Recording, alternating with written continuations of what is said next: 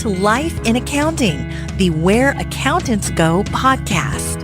Life in Accounting is the podcast for everyday heroes like you working in the accounting profession. Are you ready to hear from accounting influencers, thought leaders, visionaries, and other professionals leading change in the accounting world? Then stay tuned for Mark Goldman, a CPA, the owner of Where Accountants Go, and your host. Welcome to Life in Accounting.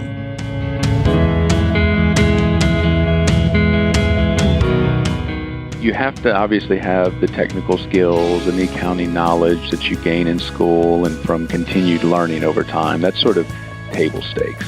But I think you need something more. And for me, what that's been is the ability to develop relationships. Hello, everyone. I'm Mark Goldman, a CPA and your host for Life in Accounting, the Where Accountants Go podcast. That clip was from our guest this week, Joseph Tackett, or as his friends call him, Joey, an audit partner with Deloitte in Houston, Texas. Joey has had a successful career shooting straight up the ranks with Deloitte, but as you're going to hear in this interview, he certainly didn't come from a privileged background. He was the first in his family to graduate from college, and he made the most out of the opportunities that his family worked so hard to give him. And now, actually for the last 5 years, he's been a partner with the Big Four accounting firm, Deloitte. Joey is a very gracious individual, and you're going to hear it in the interview that he really takes his responsibility to give back to the community and help pave the way for younger professionals very seriously. You can't help but appreciate Joey's sincerity in this interview. Here we go with Joey Tackett from Deloitte in Houston, Texas.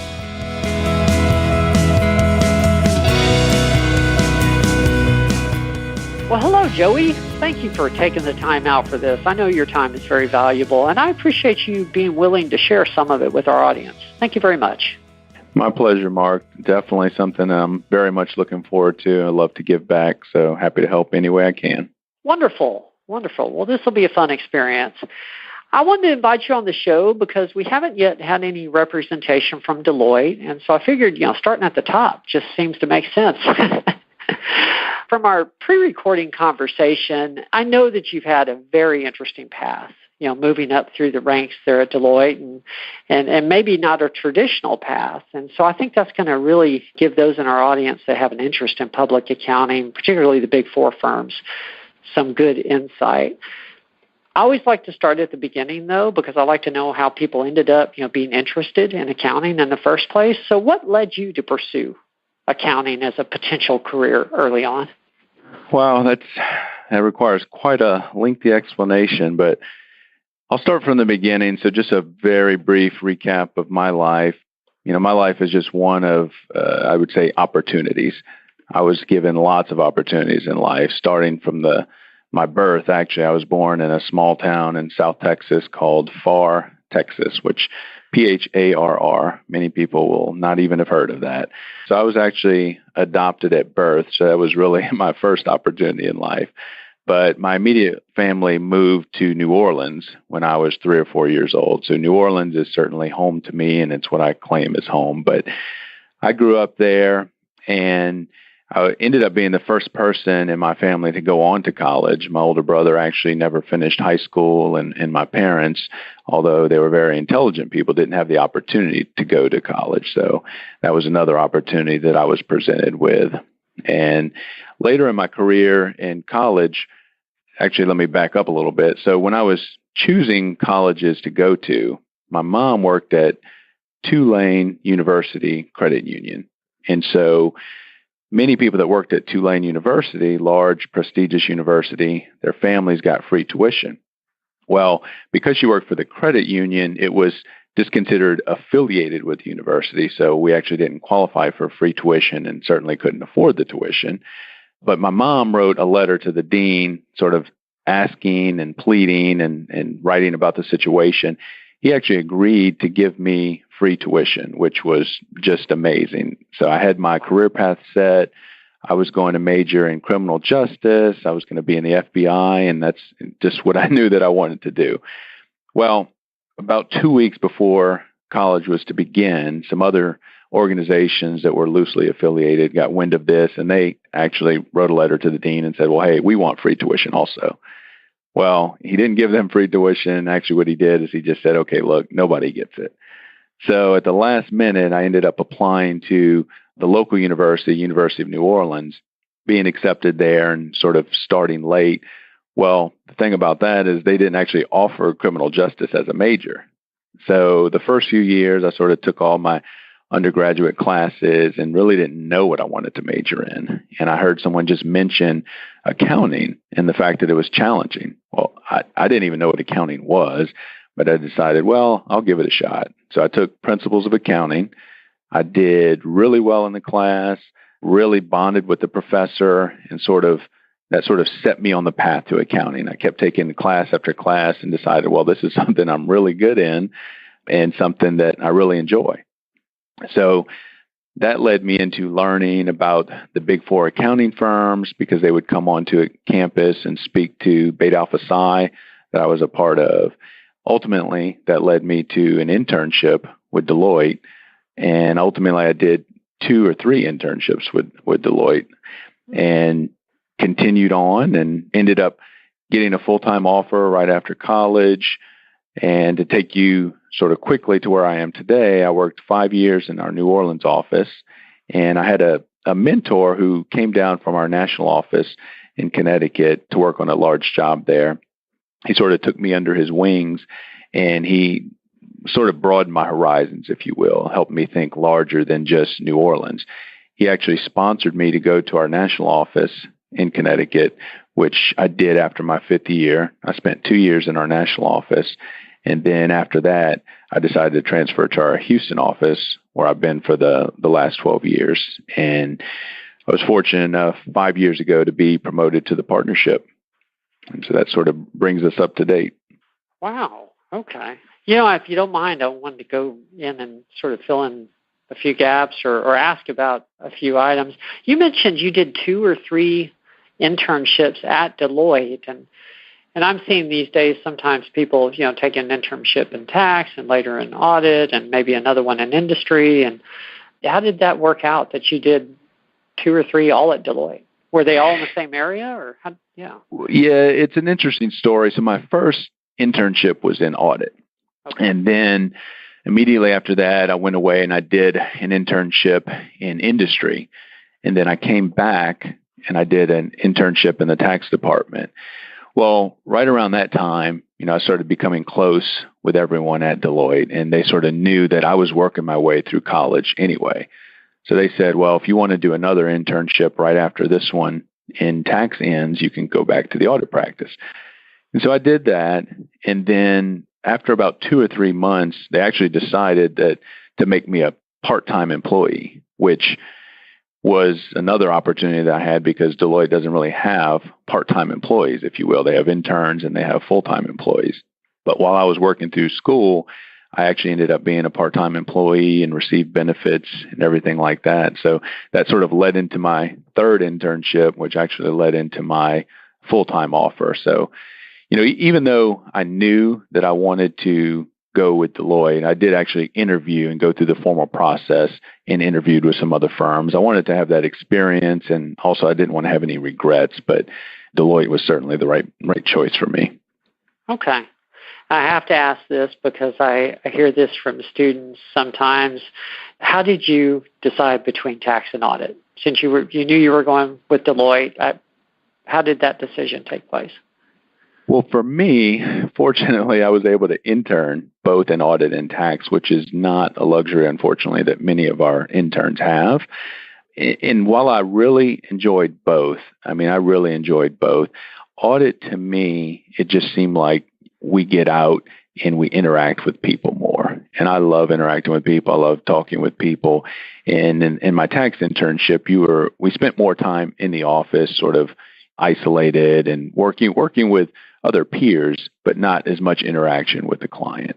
So no knock against tax. I think tax would be a great career path as well. But that's sort of what was the decision point for me going to audit. Okay.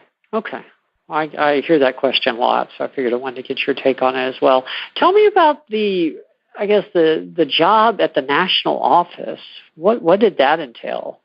I'm assuming it wasn't sort of a typical audit manager kind of role. Or what were you doing at the national office exactly? Absolutely. So that was definitely one of the greatest times of my career. So I spent 2 years there. I was in what we call our accounting research department. Sounds boring to anyone that's not in accounting, but it actually is pretty exciting work. So I would be responsible for receiving calls from our audit teams all around the country, sometimes all around the world, when they were having difficulty with an accounting topic, an accounting problem that they wanted to research. And so they would call me. I would do the initial research. Ultimately, I would have to clear it with a partner there in the national office. But I would end up writing a technical memo on the topic and delivering that conclusion to the team.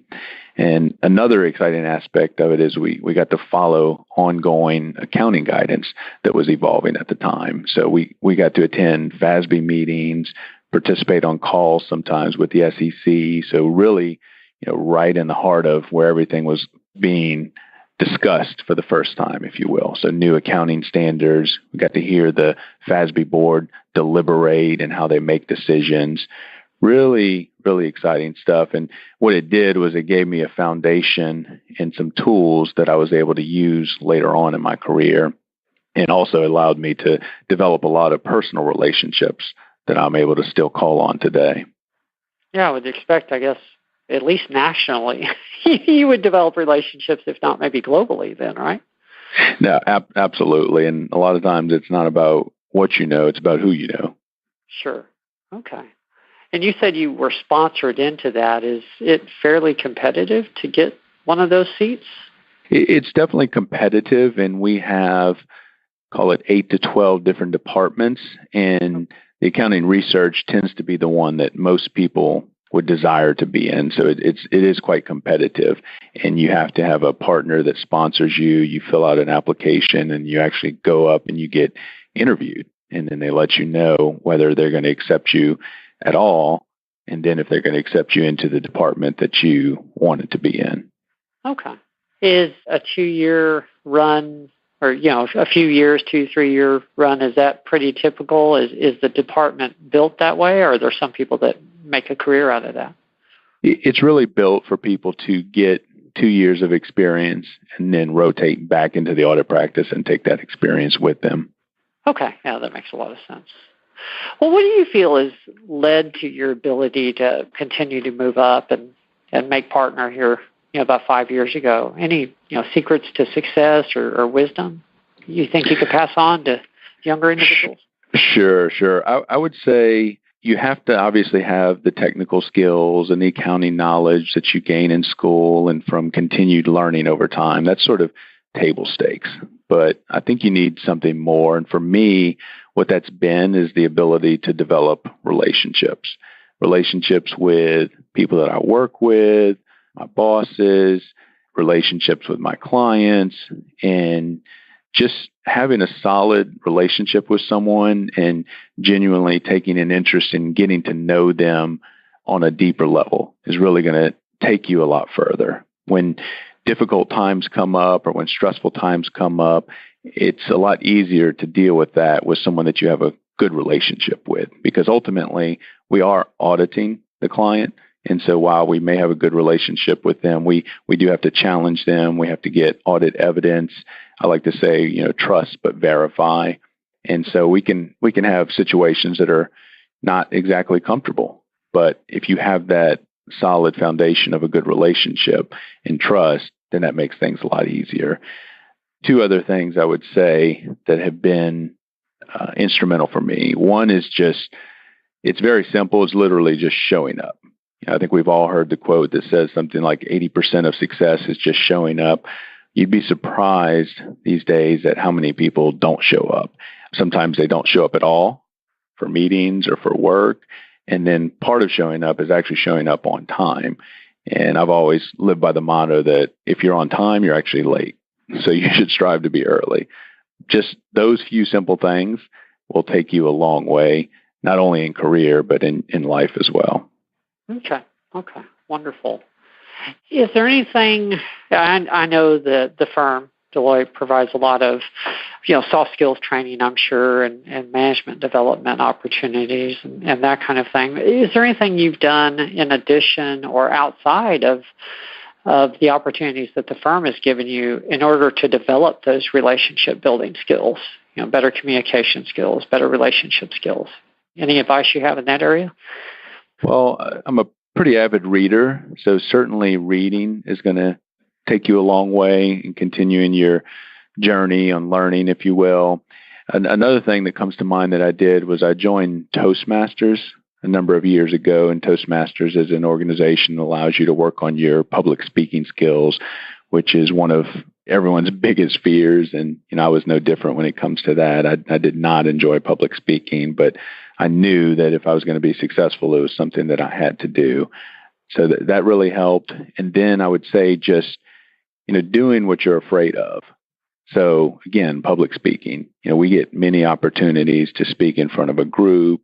We have to lead trainings. We have to lead meetings, including meetings with executives, audit committees. And so just stepping out and saying yes to more opportunities when they present themselves and challenging yourself in areas that you are weak in or that you're not as strong in. And then over time, those become actually your strengths. That's good advice. I don't remember which, I'm going to have to go back in the archives, but one of our other guests was talking about just saying yes to more opportunities, even though you may not feel totally comfortable right out of the gate, taking the opportunity to grow. That is good advice. Well, you mentioned really enjoying the time at the Connecticut National Office. What do you enjoy about your position overall? What do you really enjoy about what you do? Well, because I'm a people person, if you will, and I really like to interact with people, we spend probably, call it 80% of our day away from our desk, or even if we're at our desk, interacting with other people, whether it's the audit team, and we're talking about how to approach a particular area, whether it's interacting with management, whether it's doing recruiting, whether it's just a social event after work. We spend a lot of time just interacting with each other, and I really enjoy that. I would say that having this job has provided me with a lot of opportunities. And I think I mentioned early on that I really like to give back. And so this is giving me the opportunity to lead our recruiting efforts at two different large, well-known universities. And I really enjoy talking with people at the early stages of their career.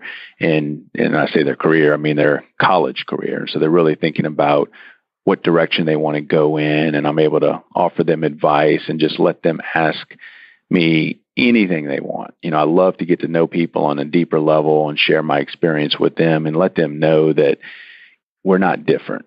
I remember being on the other side of the table where they were, just hoping that I can get an internship.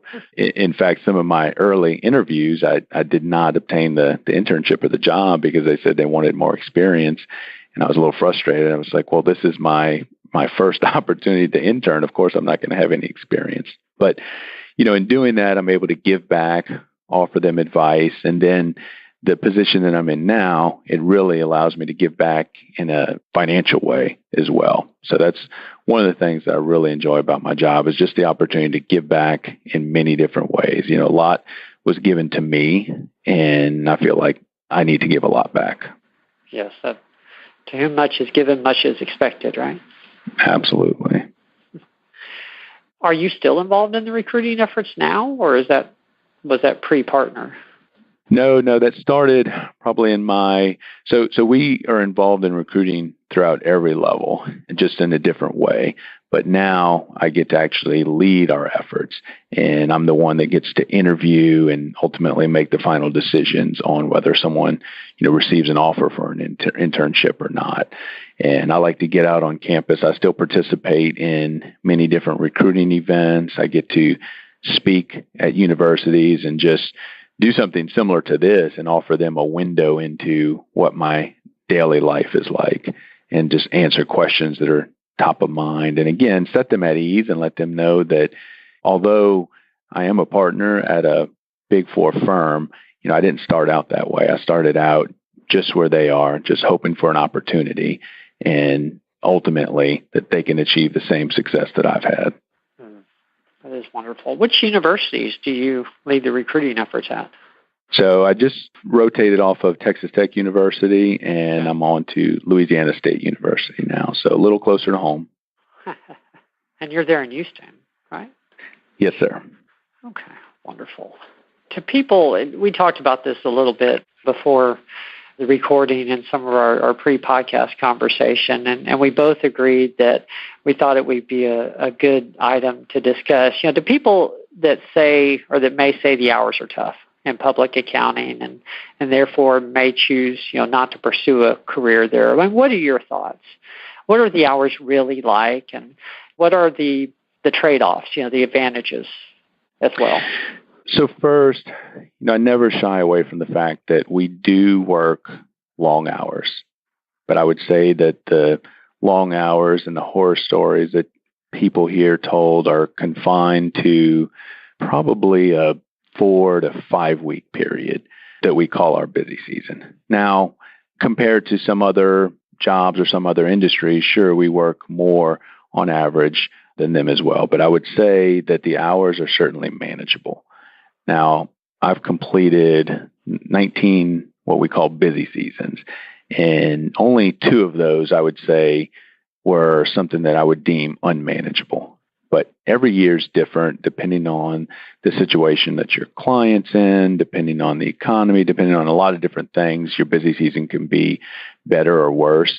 And I would say there's only 2 out of 19 that were really unmanageable or unsustainable if that were to be the case every single year. But that's not the case every year. And then another thing that's important to know is that the flexibility that you have significantly increases the longer you're with the firm and the higher up you go. And that's primarily because as a new person in your first few years, most of the work that you're doing is out at the client site, interacting with them on a day-to-day basis.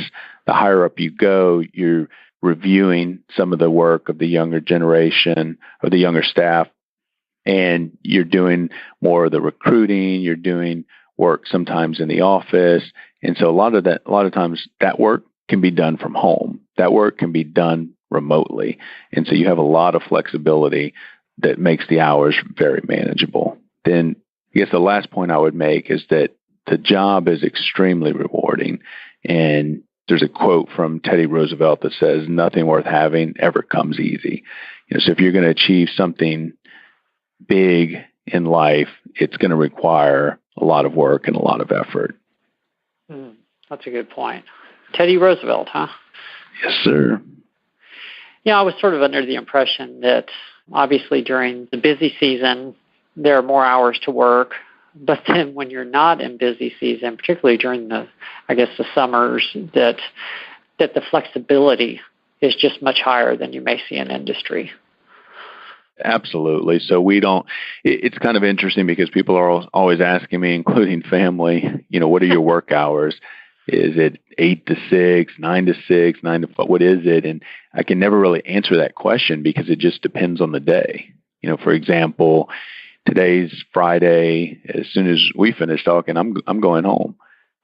And it just depends on the day. So some days it may be, a random day of the week, Tuesday, and if I don't have any more meetings, I don't have anything pressing, I may just go home and do something I like to do. And I'm not bound to be here until a certain time.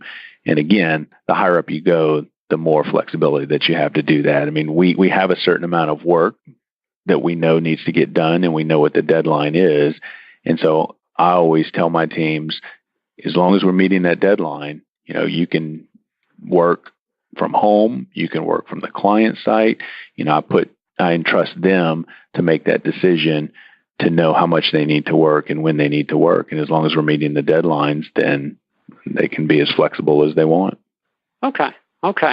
Wow. When I thank you for your time, I didn't realize you're sharing part of your weekend with us already. And it's Happy to do it.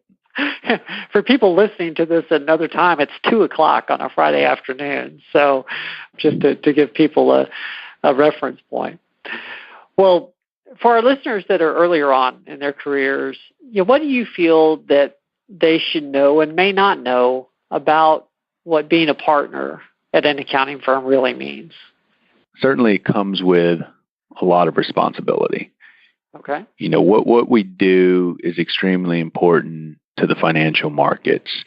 But what I would say is don't see me or don't see another partner in public accounting and think, wow, they must have really just been born for this. And, I'm not born for this. I could never achieve that. I would say to them, you absolutely can do it. Now, I was on the other side of the table. I didn't have a history of a family that had gone to college and was able to provide more help to me along the way. I mentioned at the beginning that, I was even adopted at birth. I was afforded many different opportunities, and I just was blessed and fortunate to take advantage of those opportunities. So I've heard another quote that said this way is, don't compare your chapter 1 to someone else's chapter 20. So they may be in college right now, or they may be just starting their career, but set goals, short-term, medium-term, and long-term goals, and believe that you can achieve it, because I'm no different than they were. And if anyone that knows me, if I can do it, then they can do it as well. That is good. If you could go back and give your younger self any one piece of advice, not necessarily that you would change anything, but any advice you'd like to give your younger self, what would that be? I would say to just realize sooner that I had the potential and the ability to make partner. And not that once you make partner, that's the end all be all. My mentor once said that that's when your career is really just getting started. But just realizing sooner in my career that I can achieve that goal, I believe that I would have early on set different goals and very likely would have been in a position to make partner even sooner than I did, had I really had that realization at the time. Instead, when I started with the firm, I sort of committed for a 2 or 3 year period, and I still gave 100% at everything that I was doing. But when you have a shorter term mindset, you may not necessarily do things that will benefit you 4 or 5 years down the road at that particular job. And so instead of committing 2 and 3 years at a time, I would have committed more long term and likely achieve my goal sooner. Sort of a combination of believing in yourself and having a bigger dream. Absolutely. Dream big, definitely. Okay. Well, I want to be respectful of your time, particularly now that I know we're already into the weekend. So I end every podcast with the same 3 questions, and I want to keep that up. So number 1, and usually the easiest one for my guest, is what has been your proudest moment? And there's many, many moments that I could pick.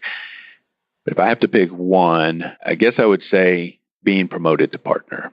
And why do I pick that? Not for personal reasons that I was able to achieve that. I really think me being promoted was the culmination of the success of many people in my life, starting with my mom and my dad, who taught me a solid work ethic very early on in life and taught me to just be a good person, which has helped me develop those relationships that I talked about earlier on. My mentor, who really took an interest in me at a very young age, friends, colleagues, bosses, many people that have helped me along the way and were pulling for me, if you will. But actually being promoted to partner is sort of a culmination of all that. And when I think back to all the opportunities that I was given in life, and many people aren't presented with those opportunities, but I was, and I was able to take advantage of them with the help of many others. So because of that, it gives me a lot of satisfaction and very proud to have achieved that. Wonderful. You're a very gracious individual. That's a wonderful trait. Thank you. Well, tell us about a mistake you've made and what you learned from it, of course. But frankly, the bigger, the better. Don't hold back. Well, many mistakes. But, if you learn from it, then I've heard it said that it's not really a mistake. So One, that it had the potential to really be a big mistake. In my mind at the time, it was huge career limiting move. So I was a senior manager on a large engagement, 2 partners, very important engagement, and I was sending some information to the client. And part of the information I was sending out was an internal work paper, internal document that contained some other information that I needed to remove before I sent that out, because it really would have been embarrassing had I sent that to them and they read that. Well, of course, trying to be quick and not taking the time to proofread my email, I did send that email out to probably 40 or 50 people at the client with the information that I was supposed to remove. So the chief accounting officer, who fortunately I had a really, really great relationship with, she called me and said, "Hey, I think there's some information in here that you probably didn't mean to include." And my heart immediately dropped because I knew what she was talking about. So I saw what happened, and then I thought, okay, now I'm going to have to go confess this to my bosses. Maybe they're going to fire me. They're going to yell at me. I was prepared for the worst. So I go in, I let them know what happened, and to them, it was almost like nothing. They said, okay, well, correct it, send out the right information, and everything's fine. And they didn't need to yell at me. They didn't get upset, anything. But just knowing their reaction to that situation just gave me so much confidence in the fact that you can make mistakes and recover from that, and it's okay. And I did learn a lesson from that slow down, take your time, especially when you're sending out information to a client. But just their reaction to that, I think, taught me a big lesson and helps me when I'm responding and when I'm on the other side of the table now, when people that work for me and with me make mistakes.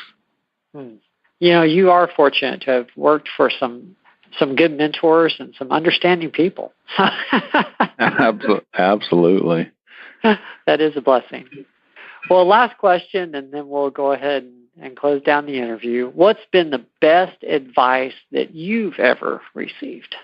That's definitely a tough one, because I've received a lot of advice that is very good advice, but I'm a very simple person. And so the advice that I've received and that I think is the best was very simple. And that is basically the golden rule. We've all heard this. We've all learned this. Do unto others as you would have them do unto you. If you follow that in everything that you do, that's going to take you a long way in work and in life. That is some good wisdom to end this on. You're right. Sometimes the best advice is the simplest things. Wonderful. Thank you so much, Joey. I really appreciate you sharing the time. This has been wonderful. I knew it was going to be a good interview, but you really are a very gracious individual, and I can see how you've been able to move up at Deloitte. It doesn't surprise me at all. Thank you, Mark, and thank you for the opportunity. No problem. I hope to be able to meet you someday in person. Definitely, we'll do that. Thank you very much. Have a good weekend.